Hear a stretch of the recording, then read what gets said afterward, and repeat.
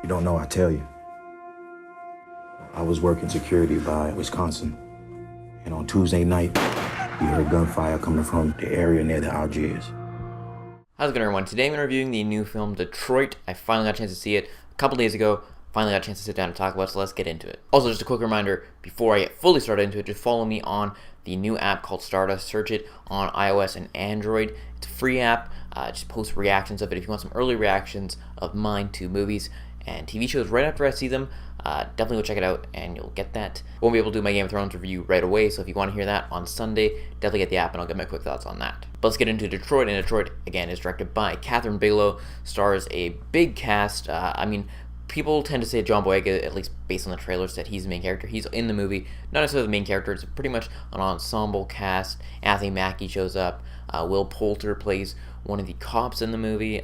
There's a lot of people and some new faces that I haven't seen before. But this movie is very, very intense and powerful. This is kind of one of those movies that will make you a little bit uneasy. Again, this movie's about the 1967 Detroit riots, kind of the backdrop of that, and basically this one event, this altercation goes down at the Algiers Motel, and cops come in and they do some not so great things. Somewhat of a relevant movie even in today's state, unfortunately, but a very, very powerful movie, and I think a movie that people should see if you're into it. I don't want to say like everyone's going to enjoy this movie, because again, it is a powerful, intense movie with some very bad things going on throughout it. But I think the cast is phenomenal in this. They sell these things.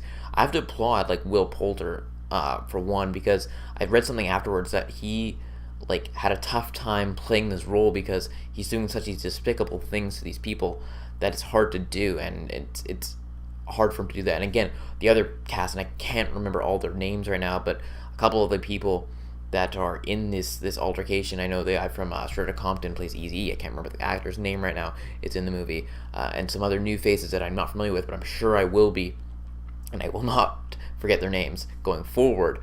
They were all fantastic in this film. Also, the way Kathryn Bigelow kind of directs this thing is very real. It's kind of in this documentary type style with a lot of quick zoom in and out, focuses on the fly and everything like that. That gets you just immersed into this time in history, and it just pulls you in that much more. One little, I guess, negative is that I think the beginning of the movie, where they have this big recap in this like animated type style, it's right at the very beginning, kind of setting the stakes for the 67 riots and everything like that.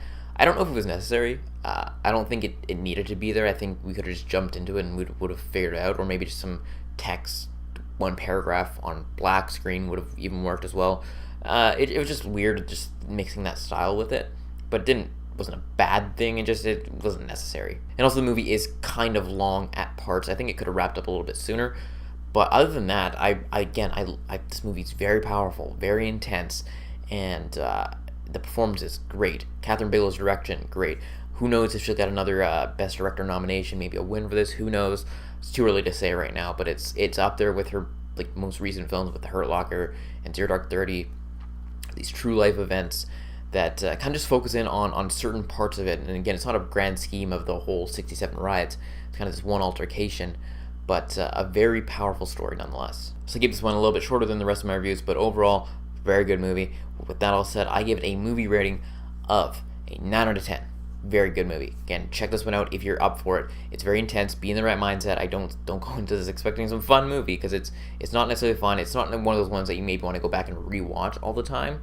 But I might check it out again just because I really enjoyed the way this movie was made and the performances, and then the way they build up in this film.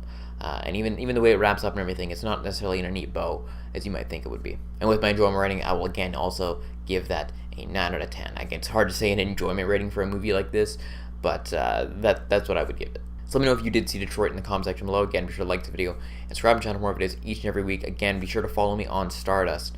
My name, Brad Thomas. Just search it there. Hopefully it'll come up once you sign in to your account. Follow me there. If you follow me first, it helps out quite a bit, so do that if you're able to. Again, that is it, and I'll talk to y'all later.